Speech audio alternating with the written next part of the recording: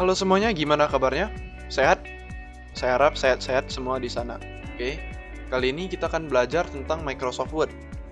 Apa itu Microsoft Word? Microsoft Word adalah program pengolah kata yang dibuat oleh Microsoft. Uh, Pengolah kata maksudnya gimana? Pengolah kata itu adalah program yang dipakai untuk membuat tulisan, biasanya untuk membuat tulisan. Jadi pekerjaan yang diselesaikan menggunakan Microsoft Word itu biasanya seperti kebanyakan berhubungan dengan mengetik, misalnya menulis dengan mengetik. Apa itu? Kali ini kita akan belajar tentang Microsoft Word. Jadi apa itu Microsoft Word? Microsoft Word adalah program pengolah kata. Apa itu program pengolah kata? Program pengolah kata adalah program yang dipakai untuk biasanya untuk mengolah tulisan. Jadi untuk membuat tulisan, untuk menyelesaikan pekerjaan-pekerjaan yang berhubungan dengan mengetik. Microsoft Word dibuat oleh Microsoft. Versi terbaru sekarang adalah 2019. Jadi apa yang akan kita pelajari di pertemuan ini adalah kita akan perkenalan dulu dengan lingkungan Microsoft Word. Word versinya berbeda-beda. Versi yang paling baru sekarang adalah versi 2019. Jadi kalau sekarang kita akan melihat bagaimana cara membuka Word. Cara membuka Word versi terbaru ya, versi baru biasanya sudah ada di Start Menu. Start Menu itu ada di sini ya. Nah, cari aja Word di situ, ketik aja Word. Pasti kalau komputer Anda sudah terinstall Microsoft Office, biasanya sudah ada Word di dalamnya. Kita klik saja, ini akan membuka Microsoft Word.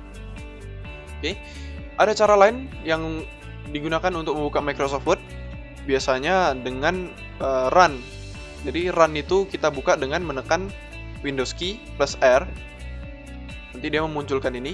Di sini kita ketikkan WinWord. Jadi kalau komputer Anda sudah terinstall Word, sudah terinstall Microsoft Office, dengan memasukkan WinWord seperti ini sudah pasti akan terbuka. Jadi ini lebih menjamin. Kadang-kadang dia mungkin tidak muncul di sini. Tapi kalau kita pakai ini pasti sudah akan membuka Microsoft Word jika Word-nya memang terinstall di komputer Anda. Jadi kita klik aja. Oke, ini tadi dua cara untuk membuka Word. Nah, sekarang kita akan membuat dokumen baru. Ya, di sini ini halaman welcome-nya, welcome page-nya. Di sini kita akan membuat dokumen baru. Nah, lihat, ini sepertinya tampilannya cukup familiar bagi Anda. Yang paling umum ya, yang paling umum biasanya di sebelah sini. Ini file menu. Kalau di Office 2007 bentuknya bulat, namanya Office Button. Nah, di sini dia filenya bentuknya file menu. Jadi apa yang bisa kita lakukan dengan file menu itu ada biasanya berhubungan dengan membuat dokumen baru, membuka, menyimpan, save as, menyimpan dan menutup dokumen. Itu yang umum kita pakai dari menu ini. Terus lihat di bagian sini ada tab lainnya, yaitu Home, Insert, Design, Layout, Differences, Mailing, Review, View, Help. Beberapa versi yang sebelumnya mungkin tulisannya berbeda, tapi untuk Home, Insert, Layout, sebelumnya Page Layout, ya di sini tulisannya Layout. Biasanya ini yang sering kita pakai, Home dan Layout. Desain juga ada, paling-paling kita pakai di Page Color dan Page Border. Kita mulai dari Home. Home ini biasa kita pakai untuk tulisan dan paragraf. Umumnya kita pakai untuk tulisan dan paragraf. Lihat di bagian sini, ini ada font size. Di sini ada stylingnya juga, ada bold, italic, underline. Masing-masing punya fungsinya tersendiri. Terus di bagian paragraf ada alignment. Rata kiri, rata tengah, rata kanan, rata kiri kanan. Ada juga di sini bullet numbering. Tapi kita akan kita akan coba-coba dengan apa yang ada di sini. Contohnya, saya buat dulu sedikit tulisan. Ini nama saya ya. Mengganti jenis tulisan dulu ya. Di home ini yang paling sering kita lakukan biasa berada di bagian font sih. Jadi kalau kita mau ganti jenis tulisan, ini ada drop down untuk mengganti jenis tulisannya. Jadi bisa diketik kalau Anda ingat nama fontnya. Kalau tidak ingat, ya cari saja kira-kira yang mana yang bagus. Nah, mungkin yang ini, Times New Roman, atau Consolas. Pilih aja yang mana yang bagus, tapi usahakan yang mudah dibaca.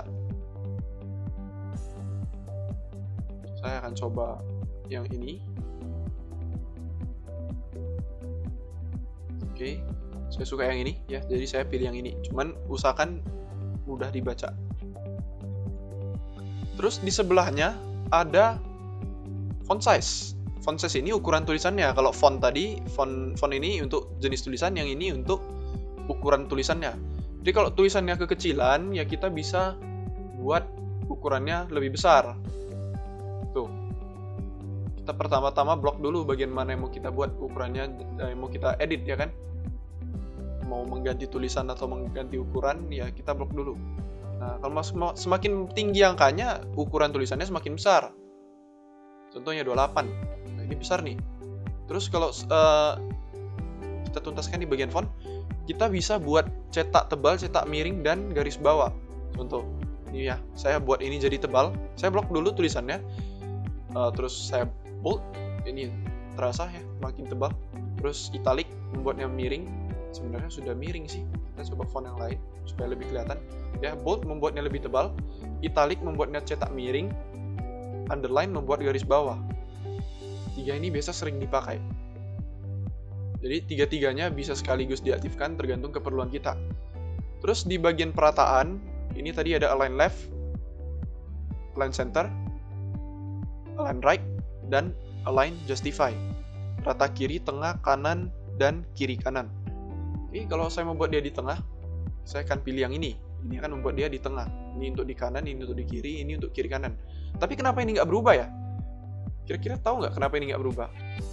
Ini kan kiri kanan. Kok sama kayak rata kiri? Ya sebenarnya karena ini tulisannya nggak cukup panjang. Oke, saya buat contoh ya sebelumnya. Saya kecilkan kembali tulisannya. Misalnya ini sudah, misalnya kita sudah punya tulisannya. Ini kita akan melihat perbedaannya. Apa itu align left dan align justify. Kalau align left ya dia seperti ini di kiri. Kalau kita pilih align justify kiri kanan. Bedakan ya. Yang paragraf pertama ini kan tadi saya buat adalah justify, ini ya, aktif di sini ya.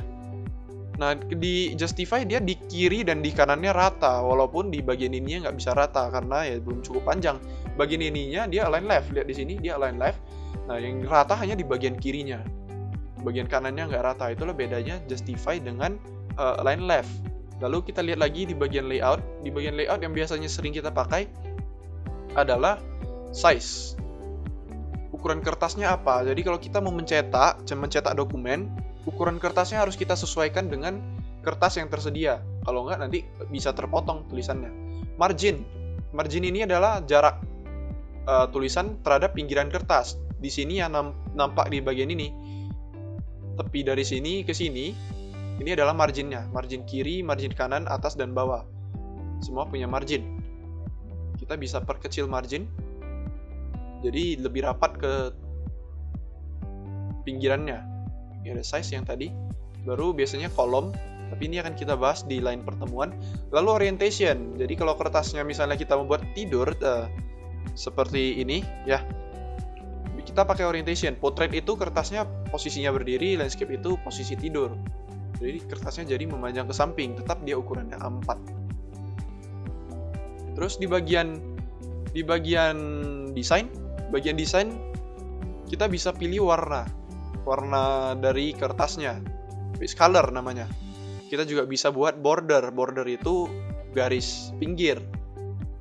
Contoh, yang ini ya saya pilih yang box. Apply to whole document. Whole document artinya untuk seluruh dokumen. Saya pilih garis yang ini. Oke, saya okekan. Ini akan membuat garis pinggir. Itu untuk page border. Page border banyak pilihannya sebenarnya. Ya, kita akan explore itu lain kali.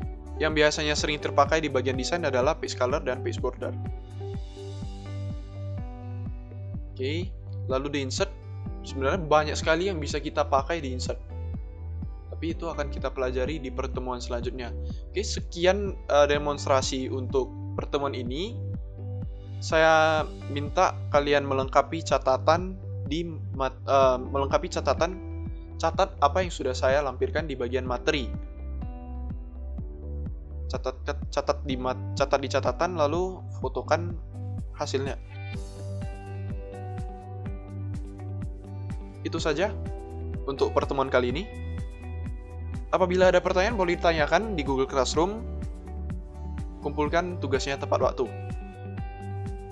Itu saja yang bisa saya sampaikan pada pertemuan ini. Atas kesalahannya mohon dimaklumi. Atas perhatian dan waktunya saya ucapkan terima kasih. Dan sampai jumpa.